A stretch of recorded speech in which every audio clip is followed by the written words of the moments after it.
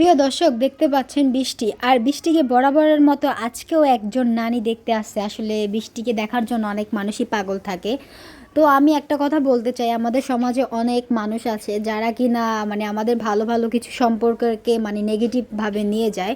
তো এরকম মানে মানুষ আছে যারা হয়তো ভালো দেখতে পারে না, সবসময় আমাদের পিছনেই পড়ে থাকে।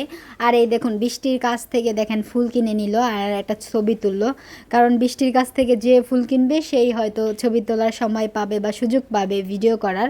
আবার যারা না কিনে তারাও পায়, কিন্তু বৃষ্টি সব সময় সবাইকে অনেক ভালোবাসে কম বেশি। বৃষ্টি আগে যেরকম মানুষকে একটা ভালোবাসতো, এখন অনেক সময় কমেন্ট বক্সে ঢুকলে বা দেখা যায় কি যে আপু বৃষ্টি আগের মতো নেই, বা আগের থেকে কীরকম হয়ে গেছে, এখন সবার সাথে কিভাবে জানি কথা বলে। তো এই বিষয়টা আমি ভালো করে খেয়াল করি, বা তো সবসময় তো সব কিছু বলা যায় না। তো মা, তুমি সবসময় একটা কথা বলি, সবসময় ভালো থেকো, সবার মন জোগাইয়া চললো, এতটুকুই বলা। আর আজকের এই ড্রেসটা হচ্ছে বৃষ্টির এত পরিমাণ সুন্দর। এই ড্রেসটা পরলে বৃষ্টিকে অনেক সুন্দর লাগে, কারণ ড্রেসটা দেখছেন অনেক পরিমাণ সুন্দর।